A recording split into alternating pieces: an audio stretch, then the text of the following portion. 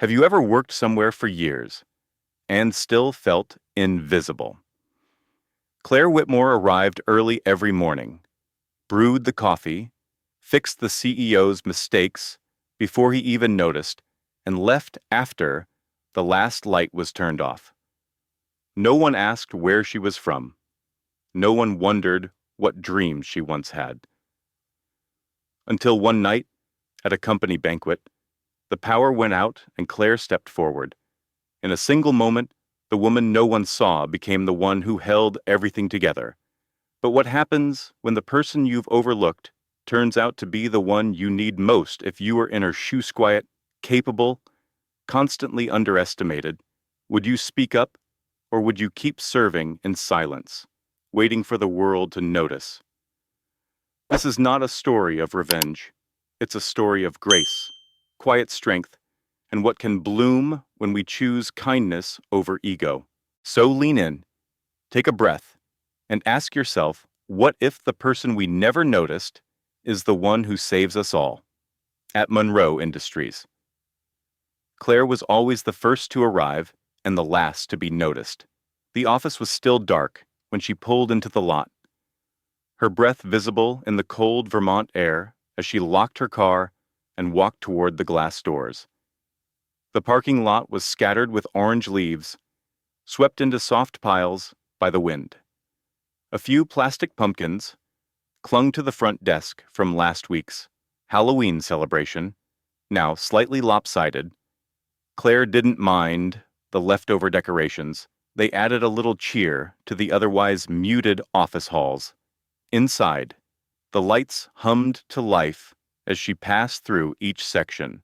Flipping switches and powering on screens, she moved quietly, comfortably. Her corner desk, tucked between the supply cabinet and the tall ficus that never seemed to grow, had become her own quiet world. By 6:30 a.m., her computer glowed, and Ethan Monroe's daily schedule was already printed, color-coded, and neatly laid out beside his morning briefing folder. Morning. Claire, came a warm voice from behind. It was Millie, the receptionist, her coat dusted with frost. She rubbed her gloved hands together as she approached, eyes twinkling. Colder than a snowman's handshake today, isn't it? Claire smiled softly, glancing up. Sure is. Did you walk in? Of course. Don't trust that old Buick on icy roads, Millie said with a small chuckle. You know, I remember winters here when the snow piled up past your knees by Halloween. Kids used to sled to school. Claire nodded, letting the story unfold. She liked Millie's, tales rooted in Vermont's quieter days, filled with simplicity and warmth. It was one of the few human touches in her day that felt genuine. Millie leaned in conspiratorially. You hear about Mr. Monroe's banquet speech next week. Word is he's writing it himself. Wants it to be authentic. Poor man hasn't written anything longer than a memo in years. Claire's lips curved faintly. I'm sure it'll be fine. You're sweet, but he should ask for help like from you. Millie winked, then shuffled back to her desk, still mumbling about cranberry sauce recipes. At 7:02 a.m. sharp, Ethan Monroe strode through the entrance, dressed in a crisp gray suit, his tie slightly askew. His usual brisk nod was directed vaguely in Claire's direction, his eyes already fixed on his phone. She watched him pass, noting the tired pull around his eyes, the slight slump in his shoulders that hadn't been there 2 months ago. He didn't notice the fresh folder on his desk, or the fixed typo in the finance report he'd emailed out at midnight.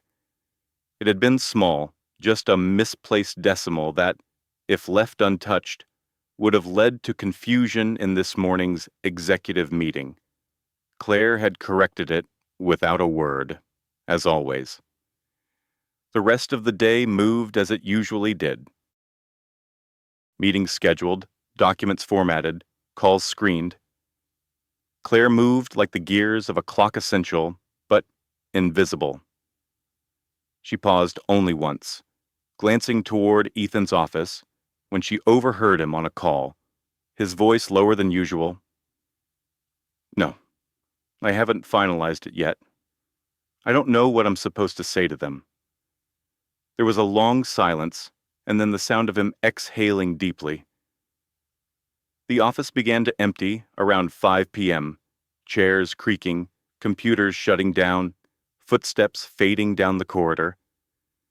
Claire stayed at her desk, tying up loose ends. A faint scent of leftover cinnamon rolls drifted from the break room. Outside, dusk turned the windows into mirrors, and Maplewood street lamps flickered on, casting pools of golden light along the sidewalks. She was closing out her last spreadsheet when her inbox pinged. It wasn't from HR, or the internal scheduler, or the usual generic addresses. It was from Ethan. Monroe Industries. Com. The subject line was blank. Just a single line in the message preview. "Claire, can I ask you something?" It was only one line, but it changed everything Claire thought she knew. Claire stared at her monitor, her fingers frozen above the keyboard. The email had been short, barely a sentence, but it wasn't meant for her. It wasn't even addressed to her by name, just her inbox by accident. "Claire, can I ask you something?" She'd opened it out of habit, expecting another schedule adjustment, or a follow-up to that morning's finance edits. Instead, it opened to a long thread beneath that first line messages between Ethan and someone named Charles Langley, apparently a corporate attorney. Words like downsizing, severance structure, and non-disclosure blinked back at her from the screen. She leaned back in her chair, the edges of her world tilting ever so slightly. Outside, a light rain pattered against the windows. It blurred the view of the street and distorted the reflections of the late October sky. Around her, the low hum of the office persisted, keyboards clacking, phones ringing faintly, the occasional burst of laughter from the marketing team still riding a sugar high from leftover Halloween candy. Claire reached for her coffee, now lukewarm. The words, "World's Okayest Assistant," were printed in faded red across the chipped Mooga gag gift from an intern years ago. She'd kept it because it made her smile, even if the sentiment felt too close to the truth most days. Her thumb hovered over the keyboard's delete key. Instead, she stood up. The hallway smelled faintly of printer toner and maple cookies. Millie had passed her one earlier that afternoon, wrapped in a napkin like a secret offering. "Straight from the general store," she'd said with a wink. Claire had tucked it into her drawer, intending to save it for a quiet moment. Now, that moment felt far away. She held the printed version of the email in her hand, unsure what to do with it. Her first instinct had been to return it directly to Ethan, maybe pretend it never arrived, but the words still rang in her ears. Moving forward with final recommendations on layoffs. No names, no dates, just implication. On her way toward Ethan's office, she passed the break room and stopped. From inside, she heard George, the HR manager, speaking in that voice people use when they think no one important is listening. I mean, Claire's been here how long? 10 years, 15. Quiet as wallpaper. You think she even knows what goes on upstairs? Another voice chuckled. She's like a ghost. Efficient, sure, but totally invisible. Claire stood just out of sight, the printed email still in her hand, its corners crumpling beneath her grip. Her chest tightened, not from the cruelty of the words, but from the truth of them. She was invisible, steady, predictable, the kind of person people remembered when they needed something, but forgot the moment they turned away.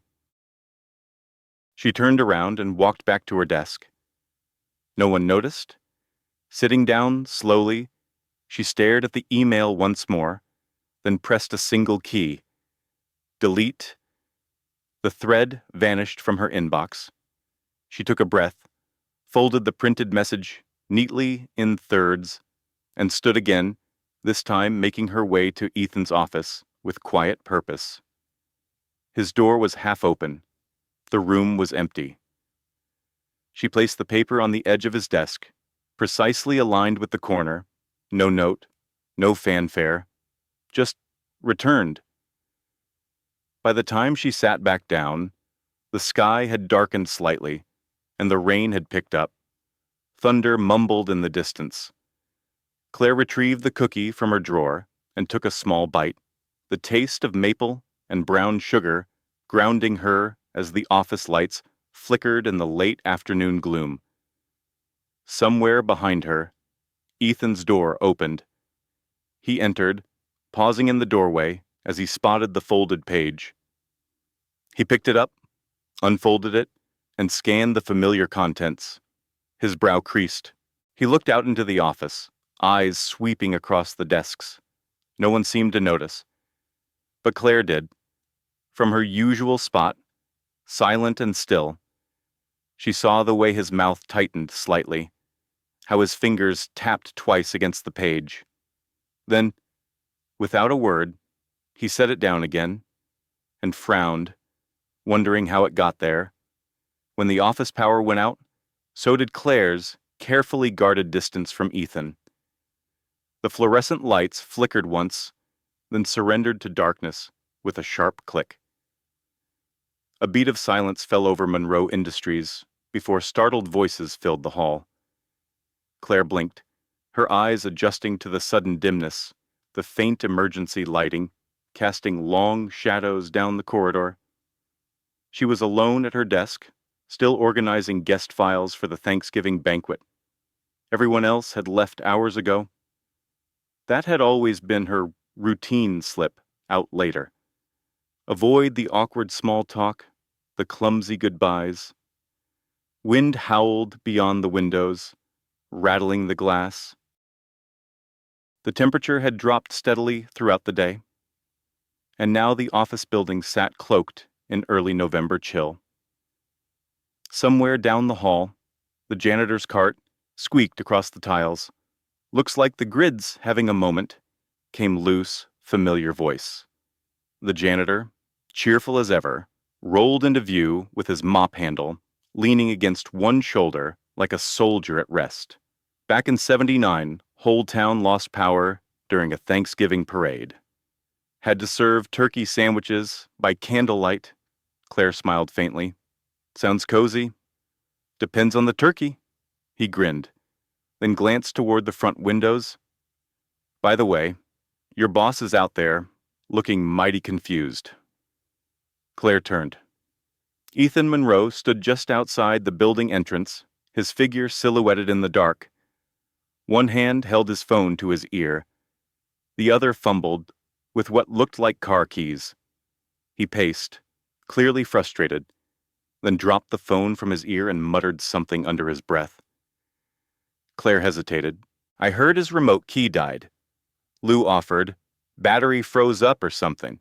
Classic Vermont luck. You ought to offer him a ride. Ain't. Like he's gonna fit that suit of his on the bus." Claire laughed softly, more at the absurdity of it all than Lou's suggestion. "He doesn't even know my name. Well, this is how people used to meet, you know. Shared inconvenience. Builds character." Lou winked, then rolled away. Claire stood, brushed a strand of hair behind her ear, and gathered her things. The banquet files slipped into her tote bag. Her old Toyota keys jingled softly in her coat pocket. She stepped into the cold, the wind biting at her cheeks. "Mr. Monroe," she called gently. He turned, surprised. "Claire." "Right." Her brows lifted slightly. "Yes. Looks like your car is giving you trouble." Ethan exhaled, rubbing the back of his neck. "Dead battery in the remote. And my phone's on 2%. Figures. I'm heading past Maple Avenue," she offered, if that helps. He hesitated for a heartbeat, then nodded. Honestly, I'd appreciate that. Thank you. They walked in silence toward the small parking lot behind the building.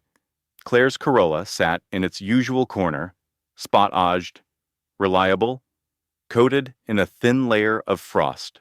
The seats were worn smooth from years of quiet commuting. A faint scent of cinnamon gum lingered, mingling with the soft hum of the engine as she started the car. Classic jazz, Ethan asked, as the radio crackled to life with a gentle trumpet solo. It helps me think, she replied, shifting into drive. They pulled out onto the road, the streetlights casting pools of orange onto the pavement. Snow threatened in the wind, just flakes for now, but more would come soon. I meant to say, Ethan said after a moment, you've been here a while? I realize we've barely spoken. Claire gave a polite smile. I like being useful more than being seen. He turned to look at her. That's honest. They drove in quiet for a minute, the music filling the space. Then, almost casually, Claire said, there's a discrepancy in the banquet guest list. The mayor's name was dropped entirely. If it's not corrected, someone will notice. Ethan blinked. I haven't seen that version yet. I didn't know if it was my place to say anything. It's absolutely your place. His tone wasn't angry, just surprised. Claire kept her eyes on the road, though her fingers tightened slightly on the steering wheel. He watched her, something shifting in his expression. Why didn't you tell me this sooner? The CEO couldn't stop thinking about her voice, the calm clarity in it. That quiet, firm way, she'd pointed out the missing name on the banquet list. No accusation, no hesitation, just clarity wrapped in courtesy. Ethan stirred his coffee absently as he stared out the window of the cafe, across the street from Monroe Industries. The morning sun poured in, catching the steam curling off his cup. He usually avoided this place too many pleasantries, too many eyes, but today, something about the easy hum of conversation and the smell of baked apples pulled him in. Across the room, tucked near the window, Claire sat alone, a slice of apple pie beside her, black coffee in hand. She didn't see him, or maybe she did, and chose not to interrupt his solitude. Either way, she seemed perfectly at ease, her posture relaxed, her eyes focused on a notepad she carried everywhere. Ethan had not realized she came here. Then again, he had not realized a lot about Claire Whitmore. Back at the office, the front desk buzzed with the slow rhythm of the day. Paper turkeys decorated the walls, and a gratitude board near reception was already filled with scrawled notes from employees, some heartfelt, some humorous. Claire had added a single line, grateful for quiet mornings and good pens. Tracy, the banquet planner, strode through the front lobby with the flair of someone who believed she ran the place. 50 and fierce, she'd coordinated everything from corporate retreats to city mayor visits. Today, she was storming toward Claire's desk with a vendor on hold and frustration trailing her like perfume. Claire. The linen supplier says the tablecloths are wrong, Tracy snapped, tossing a phone toward her. Fix it, or we're eating off plywood next week. Claire took the phone with a calm nod, speaking into the receiver with her usual patience. Hi there. This is Claire Whitmore from Monroe Industries. I understand there may be a discrepancy with our order. Ethan stood nearby, unnoticed. He watched as Claire deftly navigated the apologizing without conceding, asking questions without accusing. Within minutes, she'd confirmed the vendor's mistake and arranged a replacement shipment. When she hung up, Tracy gave her a once-over. Well, at least you're good for something, Claire didn't respond. But as Tracy turned the corner, she didn't lower her voice. "She's practically invisible. I don't even know how long she's worked here." Ethan stepped in then, long enough to know how to fix your vendor problem faster than you did. Tracy blinked, stunned. Claire looked up at him, surprised. A flicker of amusement crossed her face, then disappeared just as quickly. "Claire," Ethan said, walking over to her desk. "Do you have a moment?" She stood, smoothing her skirt. "Of course. I'd like your thoughts on the banquet speech," he said as they walked toward his office. Well, it's missing something." He handed her a printed draft once they were inside. She read it in silence while Ethan busied himself with straightening a stack of folders that didn't need straightening. When she looked up, her brow furrowed slightly. "You talk about growth," she said softly, "but not about gratitude, not about people." He paused. "Go on." Claire pointed gently to a paragraph. "You mention new clients and product expansions. Maybe include something about the staff who worked overtime to make it happen." He watched her, genuinely listening. "And this part here," she continued, "it's fine. But if you ended it on something warmer, something that reminds people why they care, it would feel more human." Ethan nodded slowly. "Would you mind writing what you think should go there?" She hesitated. "Only if you want to," he added. Claire took a pen from her tote bag and quietly rewrote the closing paragraph. When she handed it back, Ethan read it silently, his expression unreadable. Finally, he looked up. "This is better," he said. Then, as if realizing something mid-thought, he added, "It's honest, strong. Thank you." Claire blinked. "You're welcome." As they stepped out into the hallway again, Tracy was there, arms crossed, waiting. Ethan handed her the new draft. "Use this version," he said simply. Claire helped with the ending. Tracy stared, clearly confused. Since when does he listen to her? Banquet night. Candles flicker. A storm brews outside, and within.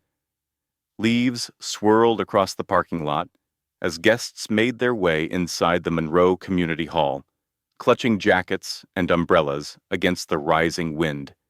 Inside, warmth spilled from every corner, autumn garlands, amber lights, and the soft clink of silverware as final touches were placed. The smell of cinnamon and roasted turkey greeted each guest at the door. Claire moved through the crowd like a quiet current, checking name tags, arranging centerpieces, guiding a confused waiter without a single raised voice. Her dress, navy blue and simple, fell just below her knees. It wasn't glamorous, but it suited her. A string of pearls borrowed from Millie rested at her collarbone. Millie herself stood near the entry, greeting old colleagues with stories of snowstorms past and pumpkin pie recipes. Her laughter rang familiar and steady. The head table began filling up. George, freshly shaved and stiff in his tux, nervously clutched the introductory remarks. Claire noticed his hands shaking slightly. She stepped close, speaking just loud enough for him to hear. "Pages 2 and 3 are out of order," she said gently, flipping them into place without fanfare. "You're all set." George muttered a thanks without looking at her. Claire stepped back. Ethan arrived minutes later, his usual confident stride softened by something more contemplative. He caught Claire's eye, gave a subtle nod, almost a smile, then took his seat. As the first course was served, the wind outside howled. The older guests murmured about the forecast. Claire stayed close to the entrance, double-checking seating charts and coordinating servers with a raised eyebrow or a tilt of her head. Not once did she raise her voice. Then the lights went out. A murmur rolled across the room. Forks clinked somewhere. Someone gasped. Claire moved, From a storage room, she retrieved the box of votive candles she'd insisted on packing just in case. With Millie at her side, she lit and passed them down the rows. The soft glow spread quickly, flickering against the wood-paneled walls. Children giggled. A board member used his napkin as a fan. But the room didn't panic. Claire directed the staff to guide elderly guests by hand, quietly instructing where to place chairs and adjust tables so people wouldn't trip. She spoke to each person she passed with the same calm clarity, firm but kind. Near the podium, Ethan stood still. Watching, he saw how she moved like she belonged, not demanding control, but earning it with every thoughtful glance and word, how people leaned toward her, instinctively, like flowers toward the sun. He didn't notice the board member approach until he spoke beside him. "Who's that woman?" the man asked, adjusting his spectacles. "She seems to know what she's doing." Ethan didn't hesitate. "The one who's kept this company running for years." The storm outside began to quiet. Somewhere near the back, a generator hummed to life. Lights flickered, then returned with a hum. Applause broke out, relieved, grateful. Ethan turned to speak to Claire, but she was gone from the hall. Claire never expected applause, not even silent recognition. The office felt slower that Monday, as if still shaking off the cranberry haze of Thanksgiving. Leftover pies had made their way into the break room fridge, labeled with sticky notes that read things like Millie's famous maple pecan hands, often less invited. The air outside had turned colder crisp enough to promise snow soon, but not quite ready to deliver. Claire stepped into her workspace, shrugging off her coat and setting her worn leather bag down with its familiar sigh. A faint aroma of cinnamon still clung to the lining, her last stick of gum nestled in the side pocket. She powered on her monitor, reached for her mug, and froze. A small envelope sat beside her keyboard. No name, no handwriting, just tucked under the corner, like it had been left in a hurry. She hesitated before sliding it open. Inside, a single folded note. "Thank you for holding the night together when the rest of us fumbled." That was all. No signature. But it made something shift gently inside her, like a curtain parting after too long closed. A tap on her cubicle wall made her look up. Tony from IT stood there, balancing a cup of coffee and a half-eaten donut. "Someone get promoted and forget to tell us." Claire blinked, then smiled faintly. "Not unless you know something I don't," he chuckled, nodding at the note. "Well, you deserve more than pie in the fridge." Banquet was solid. "You, vanished after, though." She shrugged lightly. "I like slipping out before the applause." Tony raised his brow. "Guess that's your thing." He sauntered off, leaving Claire to stare again at the note. She tucked it into her drawer. Just before noon, Millie rolled by with her cart of files and wisdom. She paused when she saw Claire. "You didn't hear it from me," she began, glancing over her shoulder, "but that boy finally got his glasses cleaned." Claire blinked, what Millie leaned in, whispering dramatically, "Mr. CEO, Ethan Monroe." Eyes up, listening, ears on. "I saw it myself. He even held the door open for me this morning. Said thank you and everything. Mark my words." Claire chuckled softly. "Maybe it was the turkey. Or maybe," Millie winked, "it was a woman in navy blue with more sense than the whole boardroom put together." Claire shook her head, but Millie had already wheeled off, humming something about Nat King Cole. Later that afternoon, Claire was sorting the last of the year-end files when Ethan appeared at the edge of her desk. No assistant, no calendar in hand, just him. In his gray sweater and a hesitant smile, Claire, he said, voice a little lower than usual. Can I steal a few minutes? She nodded, following him into the conference room. The windows looked out over the bare trees behind the building, branches trembling in the wind. A few yellow leaves still clung stubbornly to the maples. Ethan set down a folder, but didn't open it right away. First, he began, I wanted to say thank you for the banquet, for stepping in. Claire folded her hands. It wasn't a big deal. It was, he said, meeting her eyes. It is. She felt warmth rise to her cheeks and looked toward the windows. You wanted to review the reports. He nodded, yes. And also your thoughts on a few things. That made her pause. Morale has been low, he said, especially in the lower teams. I was thinking about ways to reconnect departments before the holidays. But then I realized maybe I should ask the person who seems to understand people better than I do. Claire hesitated, fingers tapping lightly on the table. Well, she said slowly, we could try rotating lunch pairings or setting up thank you boards in each department. Sometimes people just want to be seen. Ethan leaned back, considering, we'll do it your way. She looked at him, startled. You sure? She asked. He nodded.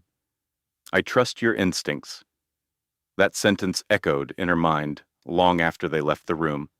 Back at her desk, the office buzzed with the late afternoon shuffle coffee being poured, keyboards clicking.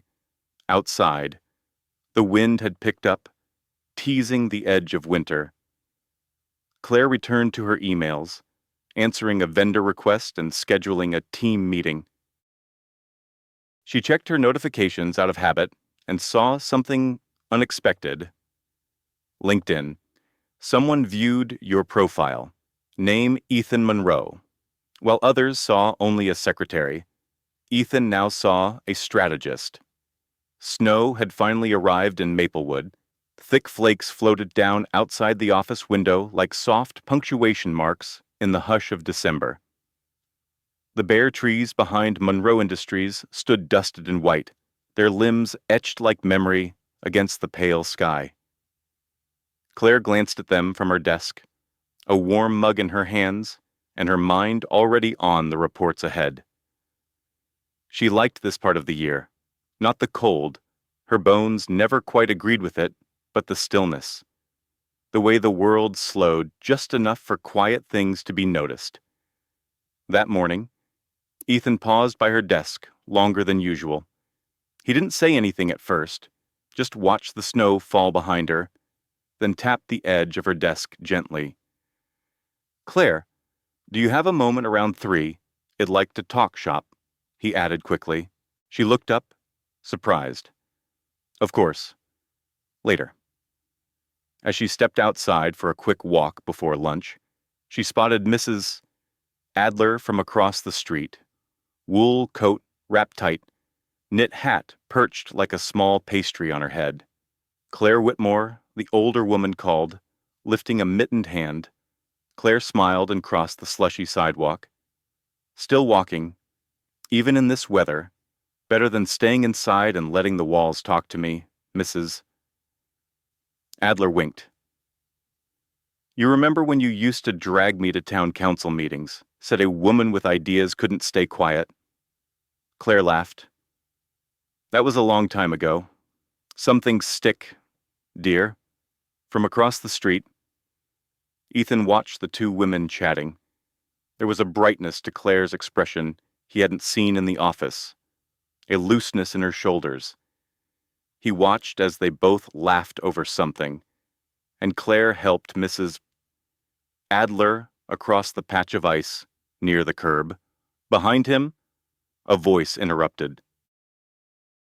You might want to be careful there, George said, arms folded. Lines can get blurry when you get too cozy with support staff. Ethan turned, tone cooling. Claire's been instrumental to this quarter's planning. George gave a dismissive shrug. Sure, Just don't let sentiment cloud judgment. People remember where someone started. Ethan didn't reply.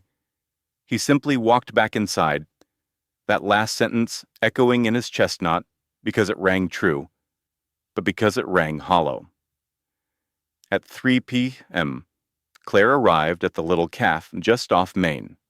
Mrs. Adler had once recommended it to her warm fireplace, peppermint cocoa dusted with shaved chocolate, and windows that steamed at the edges in winter. She stepped in and was greeted with a nod from the waitress.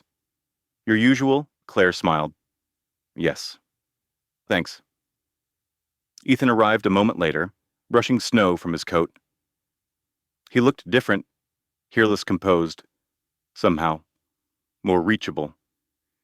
They sat across from each other near the fireplace. The hum of Christmas songs played low behind them, and the sharp scent of pine from the wreaths hung on the walls, mingled with cinnamon from someone's fresh-baked muffin. I wanted to thank you again, Ethan began, wrapping his hands around a coffee cup he barely sipped, not just for the banquet, but everything since. Claire nodded, but didn't speak. He went on, You've changed how I see things. People. This company. She studied him for a long beat. That's not nothing. They spoke then lightly at first. Schedules, team feedback, what might help with the next town outreach. But then Ethan asked something quieter. You always planned to be in administration. Claire shook her head. No, I ran a bookstore for years, my parents' place. Ethan blinked. Really Maple Pages. On Pine Street, I think I remember it. Closed down eventually. Business slowed. Then my sister got sick. I sold the shop to cover her care. Took this job because it had insurance. There was no bitterness in her voice, just fact. And behind it, something softer, resilience, shaped by choice. Ethan leaned back, nodding slowly. That's admirable. Claire smiled faintly. It was necessary. Their drinks cooled. The fire crackled low. Back at the office, as Ethan removed his coat and prepared to sit in on a late review meeting, his phone buzzed. A number he hadn't seen in a while. He picked up. Hello. A soft voice came through, one he hadn't heard in months. Ethan, the nurse said gently, your father's asking for you. He stood up straighter. Is he all right? Has lucid, tired, but he asked for someone else, too. Ethan frowned. Who? The nurse hesitated. He called her the woman from the banquet. Sometimes it takes a stranger to remind you who you really are. The snow had come in harder by nightfall, blanketing the quiet streets of Maplewood in a muffled stillness. Claire followed Ethan up the narrow steps of a modest colonial-style home that stood just 2 blocks from the town library. Its porch creaked beneath her boots, and a single yellow light above the door flickered like an old memory struggling to stay lit. Inside, warmth greeted them, not just from the fireplace crackling in the corner, but from the familiar weight of history. The wood-paneled room to the left, which Ethan softly referred to as the legacy room, was lined with bookshelves and photographs. An old grandfather clock ticked steadily, the smell of worn leather and pipe tobacco lingering in the air like an echo. Dad Ethan called gently. Mr. Monroe Sr. looked up from a wingback chair near the hearth. His silver hair was neatly combed, though his hands trembled slightly as he rested them on a tartan blanket. His eyes, however, were sharp steel blue, still observing the world, like it owed him answers. You brought her, he said, voice raspier than Ethan remembered, but certain. Good. Claire took a small step forward. Mr. Monroe, it's an honor. He gestured to the chair beside him. Call me Walter, and sit. I don't have the strength for formality. Ethan hovered at the doorway, unsure whether to stay or give them space. Walter noticed. "Son, go put the kettle on. Your mother used to swear by chamomile when snow hit the windows like this." Ethan hesitated, then nodded, quietly stepping into the kitchen. Claire sat, folding her hands in her lap. The flames beside them flickered, casting long shadows over the framed photographs on the wall. One showed a younger Walter Monroe shaking hands with the governor. Another, more faded, showed a boy no older than 10 Ethan, smiling in a baseball cap too big for his head. "You were at the banquet," Walter said. "You carried yourself like someone who's used to holding things together." Claire gave a small nod. "That night wasn't meant to be about me, but thank you." Walter studied her face for a moment. "You remind me of someone who used to run the floor back in '85. Bernice. Knew every vendor by name. Kept the company honest." Claire smiled. "I read about her. She's mentioned in the 1982 company address. You said, 'It's not the ones who speak loudest that hold us up. It's the ones who show up before the sun rises.'" Walter's eyes glinted. "You read that in the archive box outside the payroll office," she said, third drawer down. For a beat, the room fell still except for the ticking clock. "I've given that speech a dozen times," Walter murmured, "but no one's quoted it to me in 20 years. He looked toward the hallway where his son's footsteps were faintly heard. "Ethan's good, honest, but the weight on his shoulders gets heavy, especially when you're trying to honor a name while finding your own." Claire followed his gaze, but said nothing. Walter leaned forward slightly.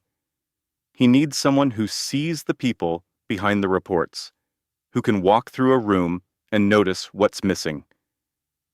Claire remained still, but her voice was steady. "Sometimes that's easier for someone who's been overlooked." Walter let out a short, quiet laugh, sharp and humble. "You're dangerous." The clock chimed gently. Walter's breath grew slower. "Help my son build something better," he said finally, reaching out with a thin, veined hand. "He won't do it alone." Claire took his hand, warm despite the frailty. "If he asks, I will." Ethan returned a few moments later, 2 steaming mugs in hand. He smiled faintly, but his eyes searched his father's expression, looking for signs of peace, or perhaps permission. Walter didn't say anything more that night. He closed his eyes soon after, resting more deeply than he had in days. Claire left quietly.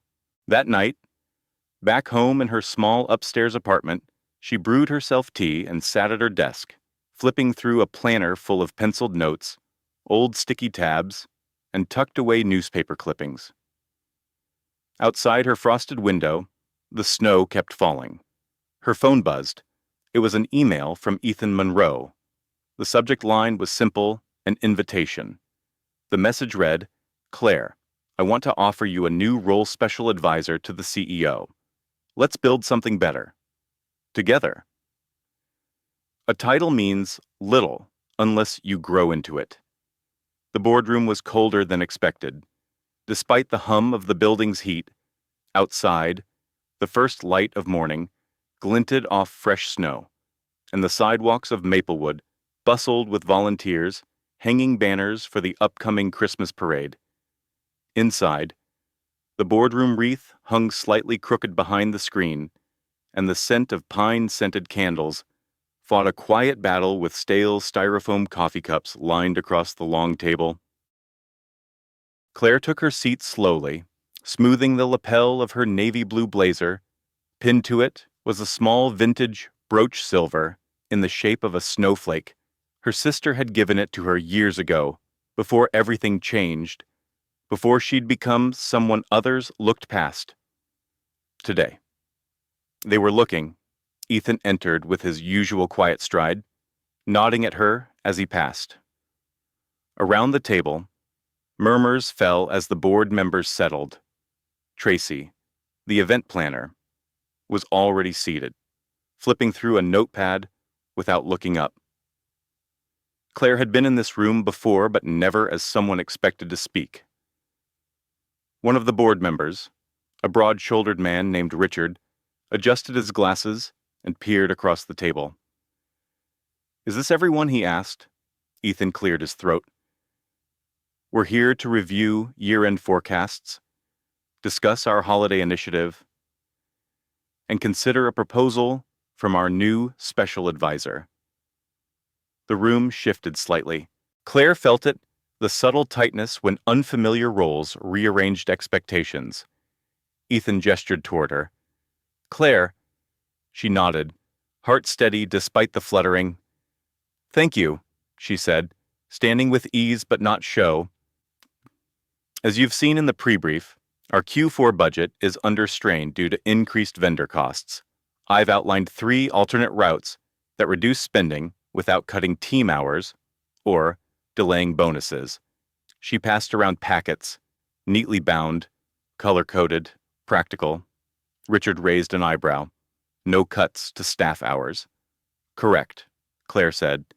"Instead, we renegotiate storage contracts post-holiday, digitize archival processes, and consolidate supply orders with regional partners. Long-term, it saves more and keeps morale intact." A woman 2 seats down tapped her pen. "You gathered all this in a week," Claire nodded. "The numbers were already there. Just needed a different angle. No flourish, no nerves, just fact." Across the room, Tracy stared at Claire as if seeing her for the first time. After the meeting wrapped, she caught Claire by the elevator. "Guess you weren't just filing papers," Tracy said, the smile not quite reaching her eyes. Claire tilted her head slightly. "Guess not." Downstairs, Ethan leaned against the wall near reception, speaking with Millie about this year's holiday card. When Claire approached, he straightened. "They approved it," he said simply. "All of it." Claire let out a slow breath. "Good. That's good." Ethan held her gaze for a moment longer than usual. "That's the woman who saved us this year." She didn't answer. She didn't need to. Back at her desk, her old desk, still by the window, still hers for now, Claire found a cream-colored envelope resting quietly on top of the keyboard. No name on the front, just a small sticker of a snowflake. She opened it slowly. The handwriting was slanted, neat. "Thank you for giving hope to those who get overlooked. Keep going." There was no signature, but Claire smiled, gently pinning the note under the edge of her monitor just beside her world's okayest assistant mug, which, for the first time in years, felt more like a memory than a label. She used to be the last to leave because no one noticed. Now, she stays because people do. The office was mostly quiet on Christmas Eve. The hum of the heater drifted through the halls, soft and steady. Outside, the glow from downtown shimmered through the frosted windows, twinkling lights, garlands strung between lampposts, the gentle hush of snow dusting the sidewalks. Claire lit a small candle at her desk, just a tea light in a glass cup. But the flicker of warmth made her corner feel more like home than it ever had. Lou passed by, pushing his cart of cleaning supplies, humming along to a soft version of Silent Night, playing faintly from the break room radio. He paused by her desk, peeking over his glasses. "Still here, Miss Whitmore?" he asked, grinning. "Some things don't change," Claire smiled. "Maybe a few things do." Lou chuckled and tipped an imaginary hat before moving on, whistling. She returned to tidying up the last of the year-end notes when Ethan appeared beside her, holding 2 steaming mugs. "I bribed the calf across the street. They gave me the last of their peppermint hot cocoa She accepted the cup with a soft laugh. You bribed them with charm or money. Desperation, he said, and the fact that they like you better than me. They stood in quiet for a moment, sipping, watching the lights outside blink like distant stars. I was hoping you'd still be here, Ethan said. I'd like you to give the thank you address. In my place, Claire looked up. You're serious, I am. No one's earned the right more. 10 minutes later, the remaining staff, just a handful, gathered near the reception area. Someone had turned on the little faux fireplace screen on the break room TV. Millie passed around sugar cookies, shaped like pine trees and candy canes. Claire stepped forward, heart steady. She didn't need notes. I won't keep you long, she began. I just wanted to say, sometimes, the people who work quietly, who don't always ask to be seen, they're still hoping someone notices. The room was still. This year, I've learned that kindness and recognition, what holds a place like this together. And when we choose to see someone, not just for their role, but for their presence, we give them something priceless, a reason to stay. A pause, no rustling, no coughs. Thank you for the second chances, for the moments of trust, and for showing me that change doesn't always need noise sometimes. It starts in silence. She stepped back. Applause began softly, not the polite kind, the kind that reached inward. Millie's eyes shone with unshed tears. Tony from IT gave her a thumbs up while holding a half-eaten cookie. Even Tracy clapped. Her expression unreadable, but not unkind. Millie came forward, cheeks pink with warmth, and placed a small Dura-wrapped box in Claire's hands. Just a little something, she said, squeezing Claire's hand. Inside, nestled in soft tissue paper, was her old mug, the one that had once read, World's Okayest Assistant. But now, the glaze had been redone. In hand-painted script, it read, You were never invisible. Claire blinked quickly, but didn't look away. Lou helped find the right place to refire it, Millie said. Took some doing. Worth it. Later. As the building emptied and the snowfall outside grew heavier, Claire and Ethan stood near the elevator. He adjusted the cuff of his coat, glancing at her with something between admiration and resolve. Next year, he said, voice steady but warm, you won't just advise. You'll lead. She used to blend into the background, a steady presence no one looked twice at, but through simple, consistent acts of care. Claire became the heartbeat of a place that had once overlooked her. Sometimes, the smallest voices carry the deepest truths, and when we stop judging by titles or appearances, we may find strength where we least expect it, like a lamp in the corner of a winter room. One quiet kindness can light the way for many. So, if this story touched your heart, perhaps pass a little warmth forward. Someone out there is still waiting to be seen. Thank you for spending these quiet moments with us. If this story touched something in your heart, we'd be truly grateful if you could like, share, or subscribe to help more souls find their way here. Your support helps us keep telling stories that matter. From our heart to yours, thank you for being part of this gentle journey.